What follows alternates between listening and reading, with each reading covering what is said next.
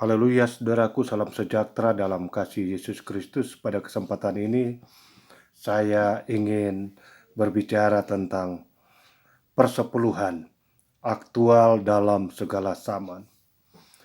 Ketika kita bicara tentang persepuluhan, lebih banyak diperdebatkan daripada dilakukan. Perdebatan-perdebatan tersebut terjadi dengan berbagai dalih. Ada yang menganggap itu zaman perjanjian lama. Ada juga yang tetap percaya bahwa itu berlangsung sampai hari ini. Bahkan pertanyaan-pertanyaan muncul, di mana ayat-ayat dalam perjanjian baru? Ketika beberapa ayat didalihkan, tetap akan muncul keraguan bahwa ayat-ayat tersebut tidak cukup jelas, tidak cukup spesifik, tidak konteks, dan lain-lain. Itu sebabnya mari kita melihat esensinya dalam Alkitab. Saya ingin membaca Kejadian 14 ayat 18 sampai 20. Kejadian 14 ayat 18 sampai 20 berkata begini. Melkisedek Raja Salem membawa roti dan anggur. Ia seorang imam Allah yang maha tinggi. Lalu ia memberkati Abram. Katanya, diberkatilah kiranya Abram oleh Allah yang maha tinggi, pencipta langit dan bumi. Dan terpujilah Allah yang maha tinggi yang telah menyerahkan musuhmu ke tanganmu. Lalu Abram memberikan kepadanya 1/10 dari semuanya. Saudaraku, sebelum 10% diserahkan Abram kepada Melkisedek, ayat ini mengatakan Abram telah lebih dulu diberkati. Artinya bukan karena Abram ingin diberkati sehingga dia membayar 10%, tetapi karena dia telah lebih dulu diberkati, baru dia memberi 10%. Dengan demikian, titik awal memberi karena kita sudah diberkati. Bukan kita mau memberi supaya kita diberkati. Saudaraku, satu pertanyaan, mengapa harus 10%? Sebenarnya 10% itu mengingatkan kita tentang anugerah Tuhan dalam hidup kita yang sungguh besar. Kita tahu Tuhan yang memberi kita kesehatan, kekuatan, kemampuan, imajinasi, kreativitas, inovasi untuk kita dapat bekerja dan menghasilkan. Yang diperlukan pada kita cuma sebuah tindakan dan mengembangkan semua kemampuan-kemampuan itu. Artinya semua yang kita dapat atau hasilkan sebenarnya 90% karena Tuhan. Karena Tuhan yang memberi kreativitas, inovasi, kesehatan, kekuatan, dan kemampuan. Dan yang merupakan tindakan kita hanyalah 10% dari semuanya itu. Tetapi saudaraku, Tuhan menukarnya dengan hanya mengambil 10%. Itulah anugerah Tuhan yang sungguh besar dalam hidup kita. Selanjutnya, mengapa Tuhan hanya mengambil 10%? Karena Tuhan menaruh prioritas pada kebutuhan-kebutuhan lahiriah kita.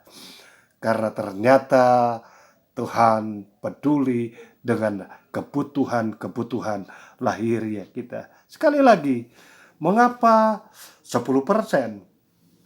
Saudaraku, Tuhan ingin mengajar kita untuk belajar manajemen keuangan, mengendalikannya, dan menguji ketaatan kita untuk melakukan apa yang Tuhan inginkan. Itu sebabnya dalam Maleakhi 3 ayat 10 dia berkata, ujilah aku. Artinya, kalau kamu mau taat kepada Tuhan, coba kamu menguji aku dengan membayar 10%. Di sana engkau akan diuji ketaatanmu. Sekali lagi, mengapa 10%? Matius pasal 25 adalah kisah perumpamaan tentang talenta. Yang seorang diberi 5 talenta, yang seorang diberi 2 talenta, yang seorang diberi 1 talenta. Tetapi yang diberi 1 talenta tidak melabahkannya. Sebenarnya di sini adalah sebuah proses di mana Tuhan menguji kesetiaan pada setiap orang. Dan itu diuji dimulai dari perkara-perkara kecil. Kalau kita mengukur 90% dengan 10%, 10% itu adalah uang yang sedikit. yang dipercayakan Tuhan kepada kita. Maukah kita itu yang menganggap itu kecil, menjadi bagian dari kesetiaan, dari tanggung jawab untuk mengembalikannya kepada Tuhan? Tetapi pada kesempatan itu juga Tuhan tidak sekedar menguji kesetiaan kita untuk taat pada perkara-perkara kecil, tetapi di situ juga Tuhan menguji kejujuran kita. Itulah esensi dari persepuluhan itu sendiri. Selanjutnya, pertanyaan yang sering muncul, masihkah 10% aktual atau berlaku pada zaman perjanjian baru? Saudaraku, saya coba memberi gambaran seperti ini. Ketika saya bertanya tentang apa yang engkau ketahui tentang hukum Taurat, pada sebagian besar orang, mereka hanya akan menjawab, oh itu 10 hukum itu sendiri, yaitu jangan ada padamu Allah lain di hadapan hadiratku, dan jangan membunuh, jangan berzina, jangan mencuri, dan lain-lain. Tapi saudaraku, ternyata itu bukan hukum Taurat. Itu adalah hukum moral yang diterapkan pada hukum Taurat, yang diadopsi oleh hukum Taurat, yang berlaku pada zaman Taurat. Artinya, itu adalah hukum moral. Sejak Adam dan Hawa sampai hari ini, hukum moral itu terus berlangsung. Tetapi hukum moral itu diadopsi, diterapkan menjadi hukum Taurat. Bagaimana dengan 10%? Saudaraku, 10% juga itu bukan hukum Taurat. Itu adalah hukum berkat yang diterapkan Tuhan sejak dari Abraham. Dan itu juga diadopsi, diterapkan pada zaman hukum Taurat itu sendiri. Dengan demikian, kalau kita menyadari tentang hidup kita telah diberkati, dan kalau kita menyadari untuk kita meraih berkat-berkat Tuhan, 10% itu adalah kewajiban yang harus kita lakukan sebagai wujud ketaatan, kesetiaan, dan kejujuran kita kepada Tuhan. Saudaraku, selanjutnya pertanyaan yang muncul, siapa yang berhak mendapatkan 10% itu? Istilah milik Tuhan dari persepuluhan itu sangat jelas. Karena sesuai Kejadian 14, persepuluhan itu diberikan Abram kepada Melkisedek sebagai imam besar. Kita sadar bahwa sebenarnya itu adalah berbicara tentang Yesus yang adalah imam besar itu sendiri. Tetapi dalam penerapannya, itu diberikan kepada hamba-hamba Tuhan. Sebagaimana orang Israel diperintahkan membawa buah sulung kepada Tuhan.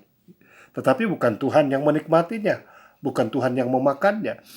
Itu diberikan melalui hamba-hamba Tuhan, melalui para imam.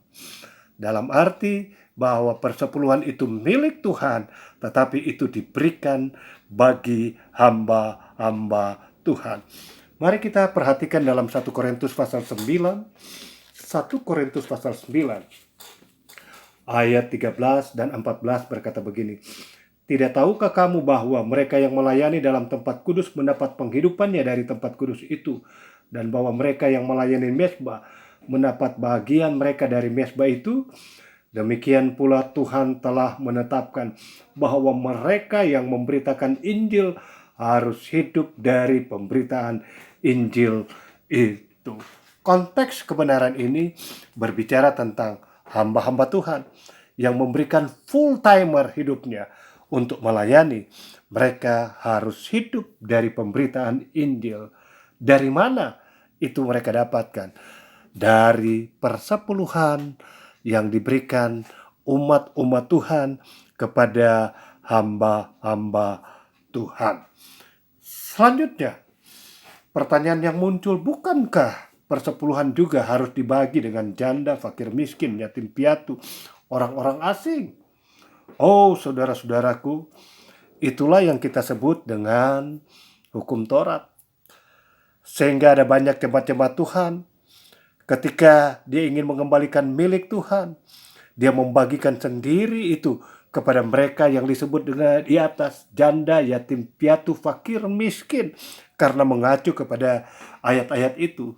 Itulah yang saya sebut sistem saman yang berlaku pada hukum Taurat, begitu detail, diatur teknisnya untuk melakukan itu.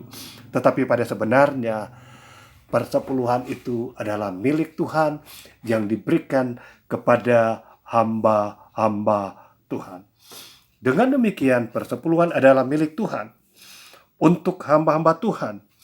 Dan di mana kita digembalakan, disitulah kita mengembalikan milik Tuhan. Disitulah kita diuji tentang ketaatan, kesetiaan, dan kejujuran kita. Tetapi pada akhirnya, secara khusus kepada hamba-hamba Tuhan, 10% atau hukum berkat itu tidaklah dapat disebut berkat kalau tidak berjalan dengan hukum kasih. Kasihlah yang membuat orang memiliki kepedulian dengan masih banyak hamba-hamba Tuhan yang sangat membutuhkan uluran tangan dari yang berkelimpahan. Dan kasihlah yang membuat hamba-hamba Tuhan harus memiliki kepedulian dengan para janda, fakir miskin, yatim piatu, dan lain-lain. Haleluya, puji Tuhan.